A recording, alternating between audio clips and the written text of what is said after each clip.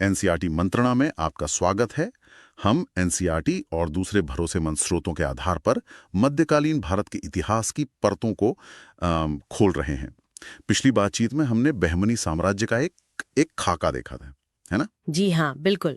आज हम थोड़ा और आगे बढ़ेंगे और उन सल्तनतों की दुनिया में उतरेंगे जो बहमनी साम्राज्य के मतलब ढलान के बाद डेक्कन के मंच पर उभरी। जी। तो आज की हमारी गहन पड़ताल डेक्कन की 5 सल्तनतों पर है: बीजापुर, अहमदनगर, गोलकुंडा, बीदर और बरार। हाँ, ये 5 अहम सल्तनतें थीं। हम समझने की कोशिश करेंगे कि ये कैसे बनी, इनके पीछे कौन लोग थे, इन्होंने डेक्कन पर क्या छाप छोड़ी और इनका अंत कैसे हुआ। बिल्कुल। हम देखेंगे कि इनके शासक कौन थे, विजयनगर से इनके रिश्ते कैसे थे, कभी दोस्ती कभी दुश्मनी। हाँ, वो तो बहुत पेचीदा रिश्ते थे। और इनकी कला, संस्कृति और रोजमर्रा की जिंदगी कैसी थी।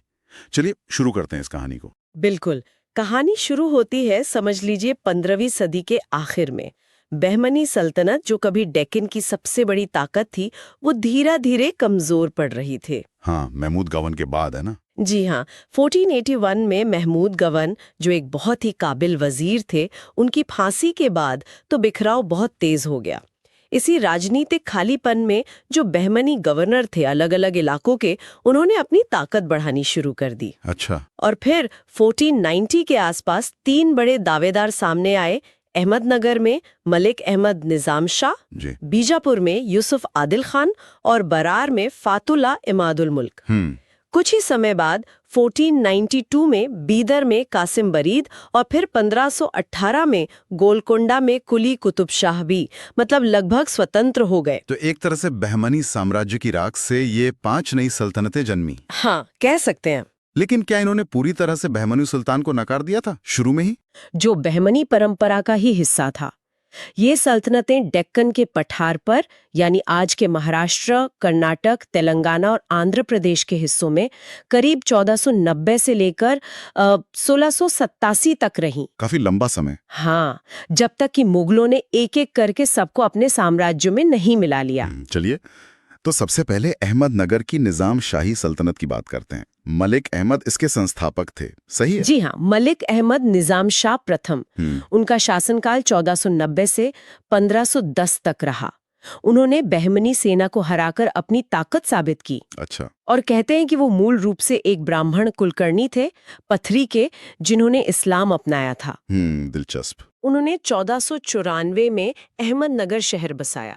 कहते हैं कि इसकी योजना काहिरा और बगदाद जैसे शहरों से प्रेरित थी और इसे अपनी राजधानी बनाया। दौलताबाद का जो मशहूर किला है, उस पर भी कब्जा किया 1499 में। अहमदनगर के इतिहास में और कौन से नाम अहम हैं, खासतौर पर अगर हम मुगलों के साथ इनके टकराव को देखें? देखिए, अहमदनगर का इतिहास काफी उतार चढ़ाव भरा रहा है। जैसे बुरहान निजाम शाह प्रथम ने शिया धर्म अपना लिया था। अच्छा।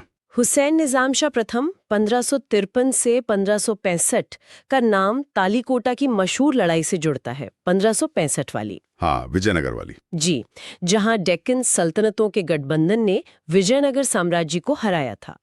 लेकिन अहमदनगर के इतिहास का शायद सबसे ज्यादा चर्चित नाम मलिक अंबर का है। मलिक अंबर, हाँ, इनका जिक्र तो मुगल इतिहास में भी बार बार आता है। बहुत काबिल माने जाते थे। बिल्कुल। मलिक अंबर 1548 से 1626 मूल रूप से एक हबशी थे, मतलब अफ्रीकी मूल के गुलाम। जी। लेकिन अपनी काबिलियत के दम पर वो अहमदनगर के प्रधानमंत्री और असल शासक बन गए। उन्होंने मुगलों के बढ़ते प्रभाव को रोकने के लिए जबरदस्त संघर्ष किया। हाँ, उनकी गुरिल्ला युद्ध नीति बहुत मशहूर है। जी बिल्कुल। उनकी छापामार लगाई ने मुगल सेनाओं को सालों तक डेक्कन में उलझाए रखा। उन्होंने प्रशासन में भी सुधार किए, टोडरमल की व्यवस्था से प्रेरणा लेकर जमीन का नया बंदोबस्त किया। अच्छा, राजस्व सुधार। हाँ, जिसमें उपज का 1/3 हिस्सा नकद या अनाज के रूप में लिया जाता था। और उन्होंने खड़की नाम की जगह को अपनी राजधानी बनाया, जिसे बाद में औरंगजेब ने औरंगाबाद नाम दिया। और चांद बीबी, उनका अहमदनगर से क्या रिश्ता था? उनका भी नाम बहुत आता है। चांद बीबी 1550-1600 भी डेक्कन इतिहास की एक बहुत ही प्रभावशाली महिला थीं। वो अहमदनगर के सुल्तान की बेटी थीं और बीजापुर के सुल्तान अली आदिल शाह प्रथम की विधवा। अच्छा, बीजापुर से भी रिश्ता था? जी, जब मुगलों ने अहमदनगर पर हमला किया तो उन्होंने अपने नाबालिग भतीजे बहादुर निजाम शाह उनकी तरफ से सल्तनत की कमान संभाली और 1595 से 99 के बीच बड़ी बहादुरी से अहमदनगर किले की रक्षा की। हाँ, उनकी वीरता की कहानियां तो बहुत हैं। जी बिल्कुल। लेकिन अफसोस की बात है कि महल के अंदर की साजिशों और गुटबाजी का वो शिकार बन गईं और 1600 में उनकी हत्या कर दी गई। कितना दुखद अंत। अहमदनगर की कोई खास निशानी जो आज भी मौजूद हो, वास्तुकला वगैरह? अहमदनगर शहर में फराबाग महल 1583 और मलिक अंबर का मकबरा 1626 काफी महत्वपूर्ण है। यहाँ डेक्नी चित्रकला का भी विकास हुआ, जिसका एक अच्छा उदाहरण तारीफ़े हुसैन शाही नाम की पांडुलिपि है।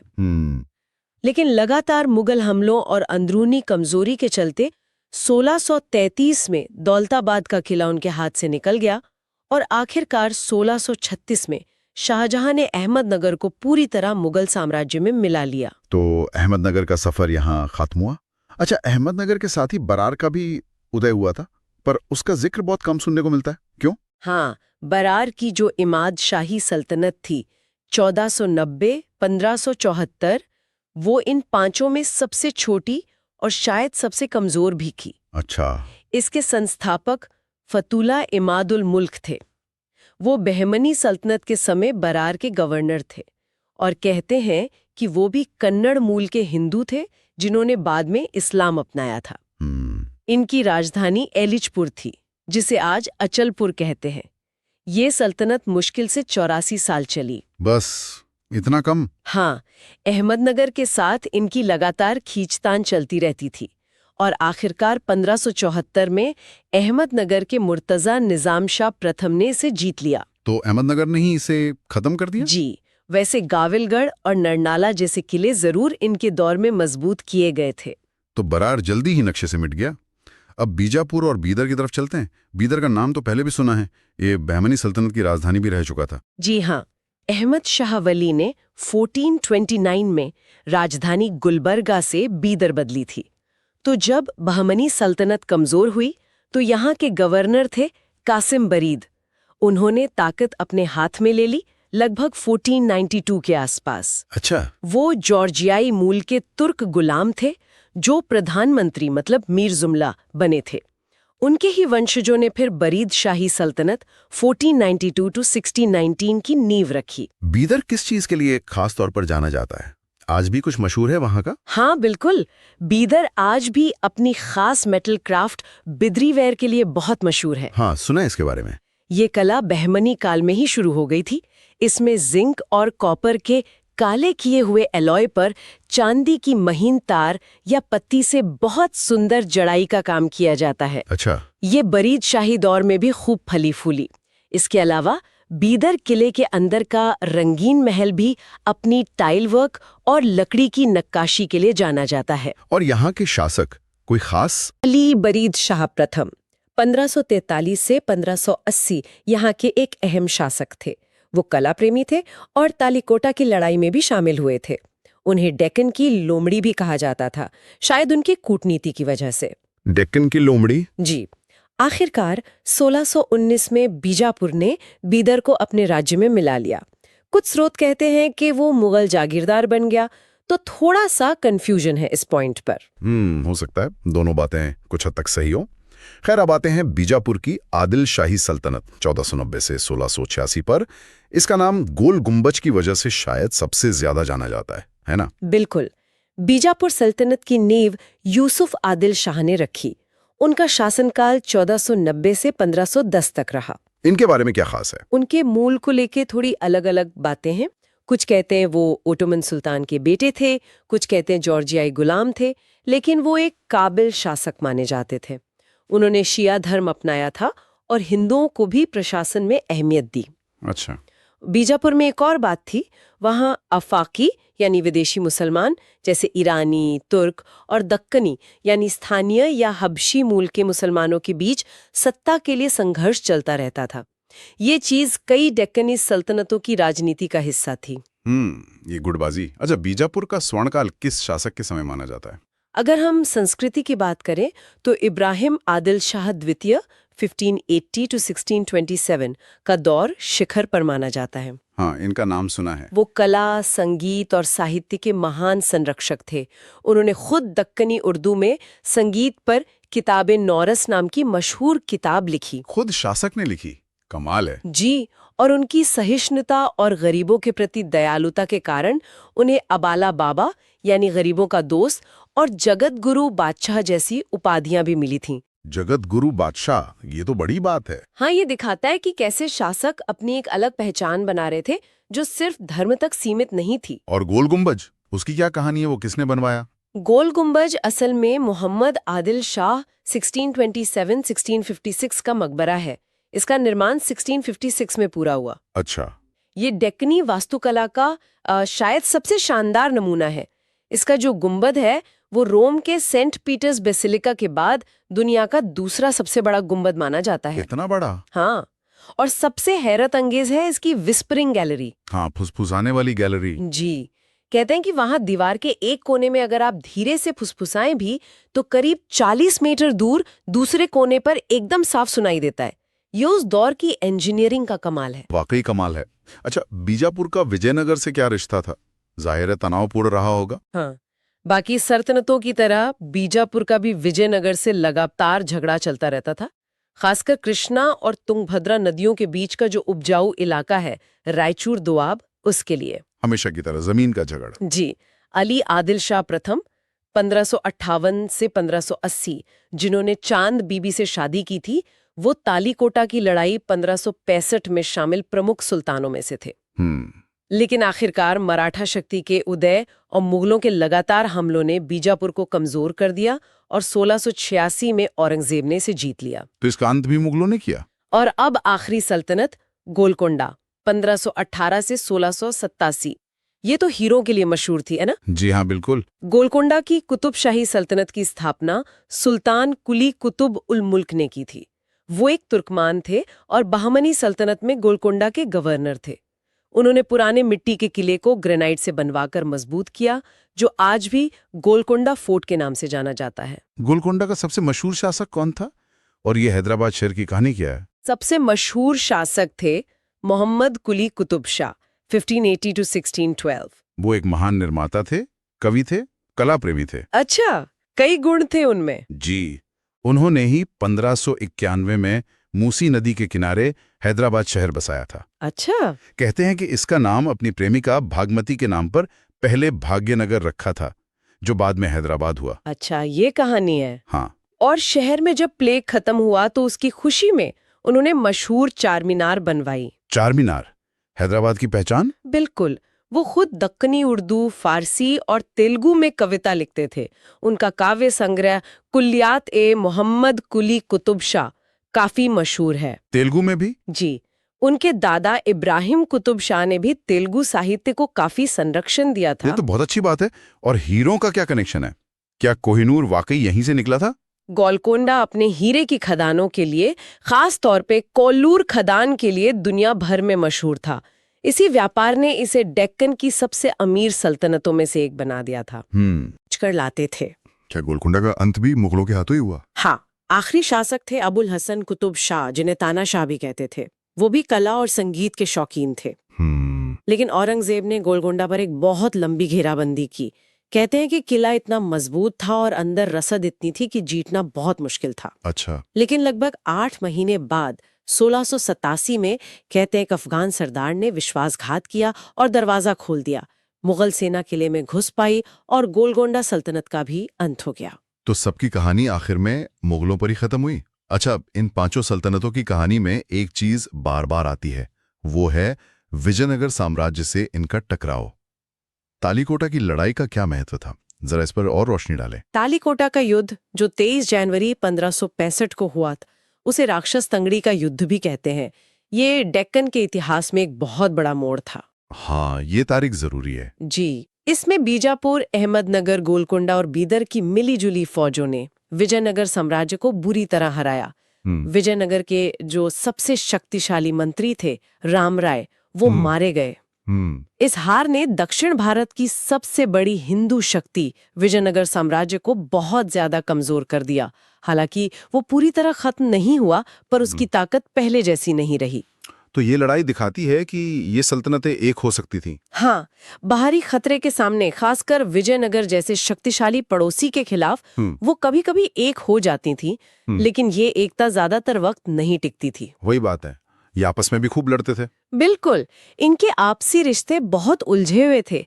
सत्ता के लिए, जमीन के लिए, व्यापार के मार्गों के लिए इनमें लगातार लड़ाइयां होती रहती थीं। अच्छा। जैसे हमने देखा, अहमदनगर ने बरार को हड़प लिया 1574 में, बीजापुर ने बीदर को मिला लिया 1619 में। ये आपसी लड़ाइयां भी शायद एक बड़ा कारण थी कि वो बाद में मुगलों का एकजुट होकर ठीक से मुकाबला नहीं कर पाए। ये तो होता ही है। अच्छा, इनके प्रशासन और समाज के बारे में क्या कह सकते? क्या ये सब बहमनी मॉडल पर ही चल रहे थे? हाँ, काफी हद तक प्रशासन का ढांचा बहमनी सल्तनत जैसा ही था। सल्तनत को प्रांतों में बांटा गया था, जिन्हें तरफ कहते थे, और उनके गवर्नर तरफदार कहलाते थे। वजीर, दीवान जैसे अहम अधिकारी थे। जमीन अनुदान देने की व्यवस्था थी, जिसे इक्ता या जागीर कहते थे। मलिक अंबर जैसे सुधारक भी थे। जी हाँ, मलिक अंबर जैसे लोगों ने इसमें सुधार भी किए। जैसे उन्होंने जमीन का बेहतर सर्वे करवाया और प्रशासन में योग्यता को तरजीह दी। समाज काफी मिला जुला था। कैसा था समाज? देखिए, शासक वर्ग में ईरानी, तुर्क, अफगान थे, जिन्हें अफाकी कहा जाता था। तो दूसरी तरफ स्थानीय मुसलमान और हबशी यानी अफ्रीकी मूल के लोग थे, जिन्हें दक्कनी कहते थे। इन दोनों गुटों में अक्सर सत्ता के लिए खींचतान रहती थी। शिया सुन्नी का भी मसला था। हाँ, शिया और सुन्नी दोनों मतों का प्रभाव था। जैसे बीजापुर और गोलकुंडा ज्यादातर शिया थे, जबकि अहमदनगर, बरार, बीदर सुन्नी थे। लेकिन ज्यादातर शासक आमतौर पर धार्मिक रूप से सहिष्णु थे और हिंदुओं को भी ऊंचे पदों पर रखते थे। हमने चांद बीबी जैसी शक्तिशाली महिलाओं का भी जिक्र किया। सही है। और इस दौर की सांस्कृतिक विरासत, कला, साहित्य, वास्तुकला, क्या इसे एक अलग डेक्कनी संस्कृति कह सकते हैं? निश्चित रूप से। ये सल्तनतें सिर्फ लड़ाइयां ही नहीं लड़ रही थीं, बल्कि कला, साहित्य और वास्तुकला का एक अनूठा संगम भी बना रही थीं। इसे हम बिल्कुल डेक्कनी संस्कृति कह सकते हैं। इसमें क्या क्या शामिल था? इसमें फारसी, तुर्की और स्थानीय भारतीय परंपराओं का एक खूबसूरत मिश्रण था। फारसी दरबारी भाषा जरूर थी, लेकिन आम बोलचाल और साहित्य में दक्कनी उर्दू बहुत पनपी। हाँ, इब्राहिम आदिल शाह द्वितीय और मोहम्मद कुली कुतुब शाह खुद शायर थे। जी बिल्कुल। संगीत में भी फारसी और स्थानीय कर्नाटक शैलियों का मेल हुआ। वास्तुकला में तो गोल गुंबज, चार मीनार, बीजापुर का इब्राहिम रोजा जैसे शानदार नमूने बने। और वो बिद्री वैर? हाँ, बिद्री वैर जैसी अनोखी हस्तकला विकसित हुई, जो आज भी जिंदा है। डेक्कनी चित्रकला की भी अपनी अलग शैली थी। कोई यात्री भी आया था इस दौरान जिसने कुछ लिखा हो? हाँ, एक रूसी यात्री था, अफानासी निकितिन। वो बहमनी काल के बिल्कुल अंत में 1470 के आसपास बीदर आया था। उसने यहाँ की अमीरी और गरीबी के फर्क और समाज के बारे में लिखा है, जो उस दौर की एक झलक देता है। तो ये डेक्कन सल्तनतें महज बहमनी सल्तनत के बिखरे हुए टुकड़े नहीं थी, बल्कि इन्होंने अपनी एक अलग जीवंत पहचान बनाई थी। बिल्कुल। अगर हम संक्षेप में देखें तो 15वीं सदी के आखिर में बहमनी सल्तनत के पतन से डेक्कन में ये 5 अहम सल्तनतें उभरी। पहली, अहमदनगर, निजाम शाही 1490-1636, मलिक अहमद संस्थापक, मलिक अंबर और चांद बीबी जैसे अहम किरदार। मुगलों से लंबा संघर्ष किया और 1636 में मुगल साम्राज्य में मिल गई। ठीक है। दूसरी, बरार, इमाद शाही 1490 से 1574, फतुल्ला इमादुल मुल्क संस्थापक। ये सबसे छोटा राज्य था। 1574 में अहमदनगर ने ही इसे मिला लिया। तीसरी, बीदर, बरीद शाही 1492 से 1619, कासिम बरीद संस्थापक।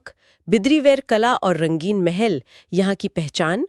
1619 में बीजापुर ने इसे मिला लिया। जी। चौथी, बीजापुर, आदिल शाही 1490 से 1686, यूसुफ आदिल शाह संस्थापक। इब्राहिम आदिल शाह द्वितीय का सांस्कृतिक योगदान, किताबे नौरस, बहुत अहम है। और हाँ, गोल गुंबज इनका सबसे प्रसिद्ध स्मारक। 1686 में इसका मुगल साम्राज्य में विलय हुआ। गोल गुंबज, बिल्कुल। और पांचवी, गोलकोंडा, कुतुब शाही 1518 से 1687, कुली कुतुब शाह संस्थापक मोहम्मद कुली कुतुब शाह ने हैदराबाद शहर बसाया और 4 मीनार बनवाई। हीरे का व्यापार यहाँ बहुत था। 1687 में इसका भी मुगल साम्राज्य में विलय हो गया। इन सब ने मिलकर डेक्कनी कला, वास्तुकला और भाषा को बहुत समृद्ध किया। विजयनगर से इनका संघर्ष, खासकर तालीकोटा 1565 और इनकी आपसी लड़ाइयां इनके इतिहास का अहम हिस्सा रहीं। और आखिर में 17वीं सदी के अंत तक ये सभी एक एक करके विशाल मुगल साम्राज्य का हिस्सा बन गई। जी बिल्कुल। लेकिन इनकी विरासत आज भी हमें किलों, मकबरों, कलाकृतियों और दक्कनी भाषा और संस्कृति में देखने को मिलती है। तो ये थी डेक्कन सल्तनतों की लगभग 200 सालों की कहानी। कैसे वो उभरी, अपनी पहचान बनाई, चमकी और फिर इतिहास के पन्नों में सिमट गईं। जी। यहाँ एक बात सोचने वाली है कि अगर ये सल्तनतें आपस में कम उलझती और बाहरी ताकतों का, जैसे बाद में मुगलों का, मिलकर ज्यादा प्रभावी ढंग से सामना करती, तो क्या डेक्कन का और शायद पूरे भारत का इतिहास कुछ अलग होता? क्या लगता है? ये तो सोचने वाली बात है। शायद होता, कौन जाने। खैर, यदि कोई दर्शक भारत का पूरा इतिहास व्यवस्थित तरीके से जानना चाहते हैं तो हमारी प्लेलिस्ट देख सकते हैं। वहां आपको भारतीय इतिहास पर स्पष्ट और क्रमबद्ध जानकारी मिल जाएगी। जी। और अगर आपको आज की ये बातचीत दिलचस्प लगी तो इसे साझा जरूर करें, हमें सब्सक्राइब करें और अपनी राय कमेंट्स में हमें बताएं। लाइक करना ना भूलें। जी जरूर। अगली बार फिर मिलेंगे इतिहास के किसी और पन्ने को खोलते हुए। नमस्कार। नमस्कार।